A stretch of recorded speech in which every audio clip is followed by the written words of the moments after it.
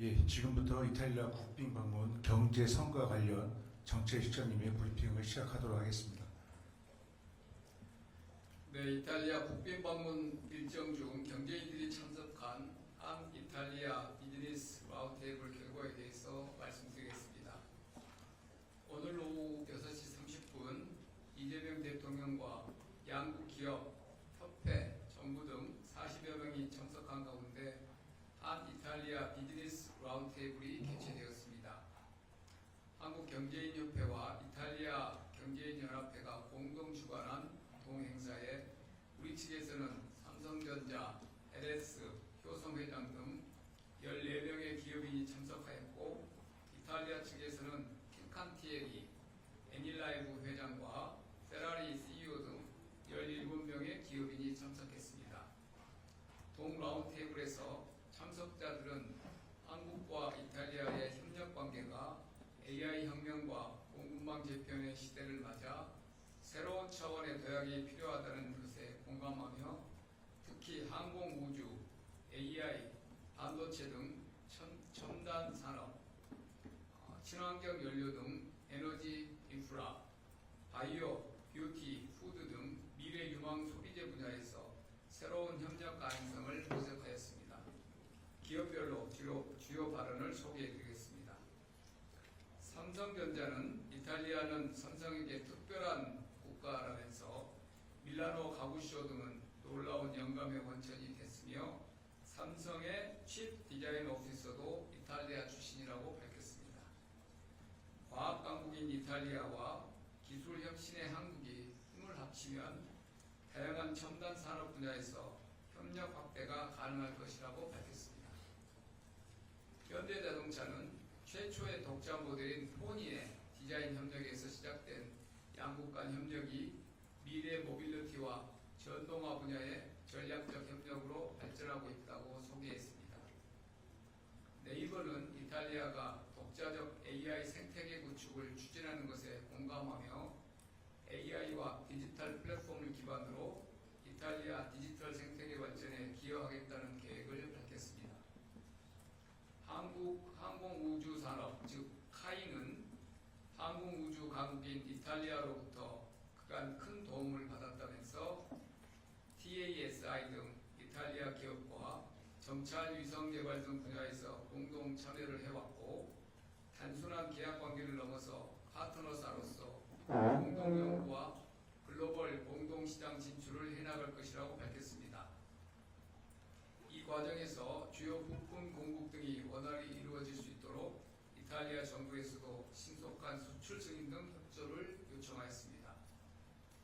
LS는 이탈리아 현지 기업 인수구의 연합기 핵심 소재를 유럽에 공급 중임을 소개하며 최근 밀라노에 R&D 센터를 설립해서 이탈리아와 기술 파트너십을 확대하고 있다고 밝혔습니다.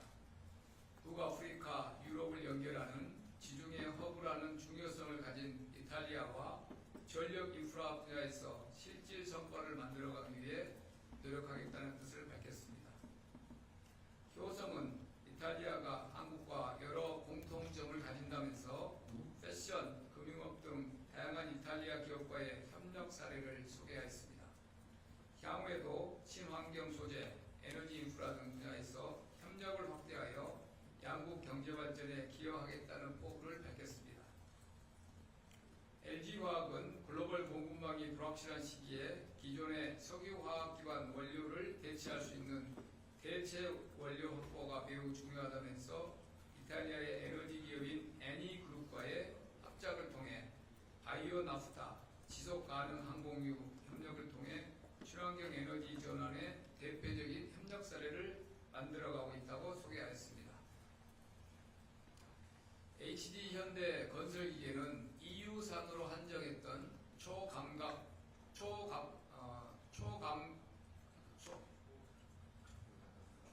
초고속 감가 삼각제도 개선 문제가 양국 정상회담에서 논의되면서 신속히 해결된 것에 대해 양국 정부의 감사를 표했습니다. 특히 이탈리아 정부의 문제 해결 속도를 세계에서 가장 빠른 페라리에 비유하기도 했습니다. 삼양식품은 이탈리아 이탈리아는 음식을 사랑하는 나라이자 파스타의 종주국이라면서 한국의 라면과 이탈리아의 파스타 제품이 맛과 품질을 개선하기 위한 공동 연구 개발 등 협력을 할 수 있을 것이라고 기대를 밝혔습니다. 셀트리온은 생산과 공급 협력을 바탕으로 이탈리아를 유럽 내 핵심 바이오 파트너로 육성해 나가겠다고 밝혔습니다. 패션그룹 형진은 섬유산업연합회장으로서 이태리 패션 기업들과 협력하고 교류 확대에 기여하기 위해 노력하고 있다면서 양국 정부의 정책적 지원과 지속적인 관심을 요청했습니다. 코스맥스는 최근 이탈리아 현지 기업 인수를 통해서 유럽 생산 거점을 확보하고 K-뷰티와 이탈리아 화장품 산업 간 협력을 확대하겠다는 계획을 설명했습니다. 유일한 스타트업 자명 기업인 큐어버스는 치매, 파킨슨병 관련 먹는 치료제를 개발 중이라면서 키스트의 순수 국내 기술에서 출발하여 이탈리아 제약회사 안젤리니 파마사와의 3억 6천만 달러 규모 기술 수출로 이어진 성과를 공유하면서 대체 불가 바이오 기업으로 성장하고 싶다는 포부를 밝혔습니다. 대다수의 이탈리아 기업들도 한국 기업과의 협력 확대를 희망한다는 뜻을 밝혔고 시간 관계상 몇 가지 발언만 소개하겠습니다.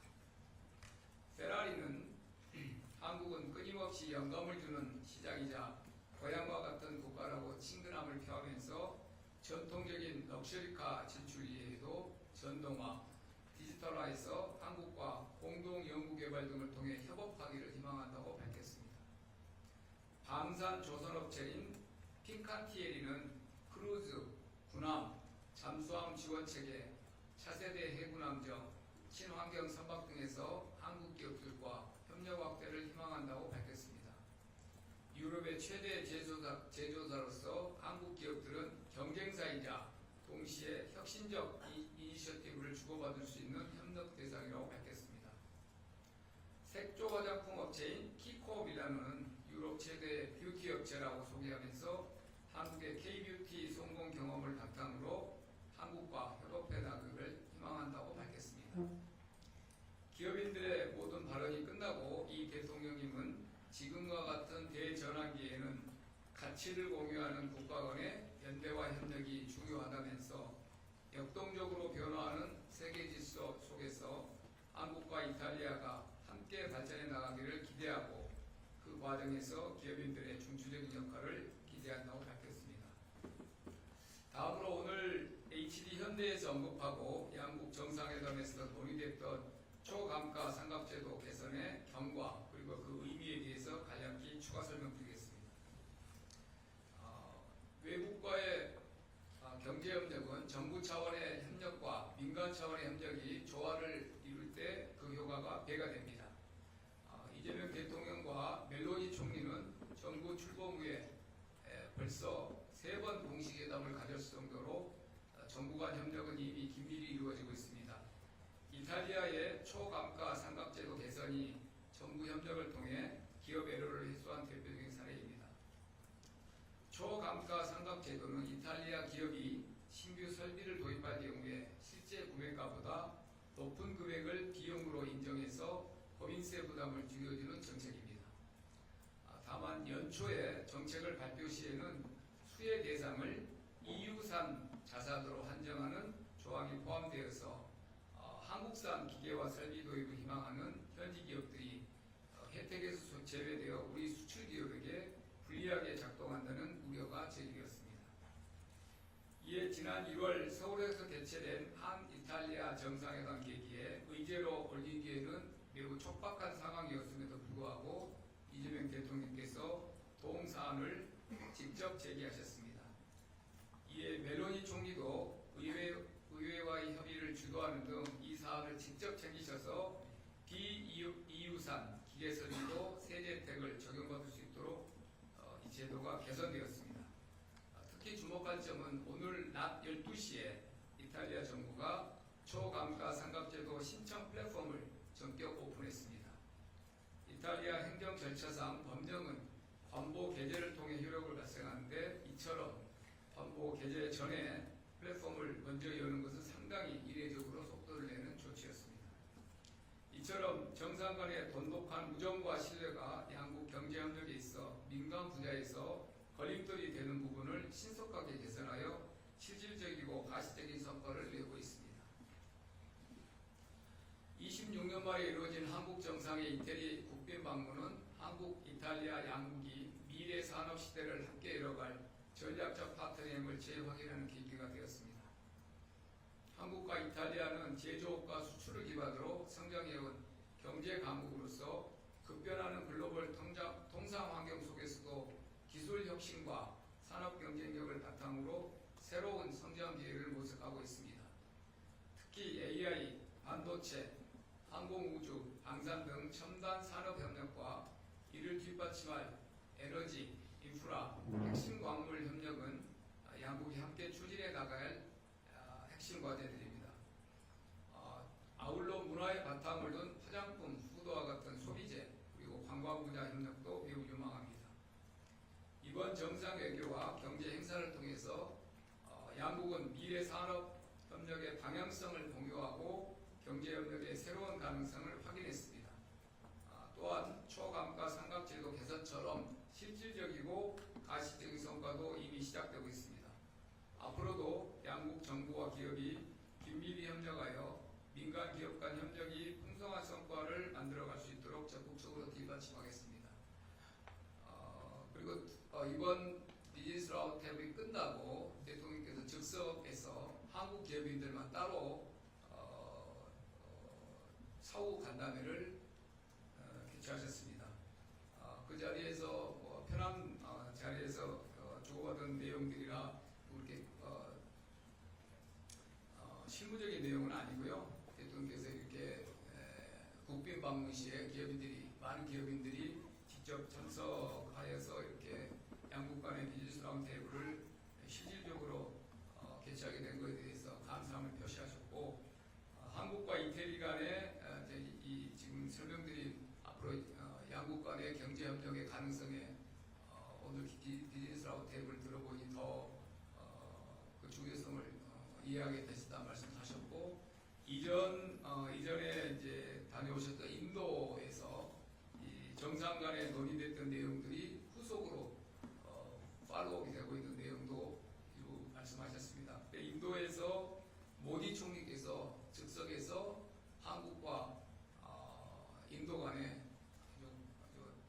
직통 핫라인을 만들자는 제안하셨는데, 직접 인도 그 총리실에 차관급 수석급이 지정이 됐습니다. 그리고 우리나라에서도 경제성장수석이 카운터파트로 지정이 돼서 그때 후속 정상회담 때 합의했던 한국과 인도 간에 한국 우리 대통령실, 그다음에 인도의 총리실과 직접 라인이 개설됐다는 말씀을 드리고, 그때 인도 총리께서 약속하셨던 본인이 직접 한국의 비즈니스 빅을 하나 설정을 해서 한국 기업인들을 만나겠다고, 그것도 아마 6월 하순에 그 행사를 직접 하시기로 확정됐다고 들었습니다. 그리고 대통령께서 기업인들께 적극적으로 정부와 정부에 거래를 해달라 그런 말씀을 하셨고, 개별 부처가 좀 처리하기 어려운 그런 정책 건의 사항은 대통령 정책실로 직접 건의해달라는 말씀도 하셨습니다. 그리고 한 기업인이 이제 대통령께 거기 이제 제품, 패션 제품을 좀 대통령이 한번 사용해 주시라 그런 이제 즉석 건의를 하셨는데, 대통령께서 이제 화답하신다기보다 외국의 정상들께 화장품 선물 같은 걸 많이 하시는데, 그때 우리나라에서 품질 좋고 그런 그 우수한 중소기업 제품들도 포함해서 일종의 홍보 효과를 가질 수 있으니까 그런 방안도 검토해보라고 정책실에, 그리고 그 의료미술관실에 지시를 하셨습니다. 이상 오늘 BRT 주 행사와 이후에 있었던 사후 즉석 판단의 내용까지 제가 간략히 보고드렸습니다. 예, 촬영 장비 정리 후에 질의응답 시간을 갖겠습니다.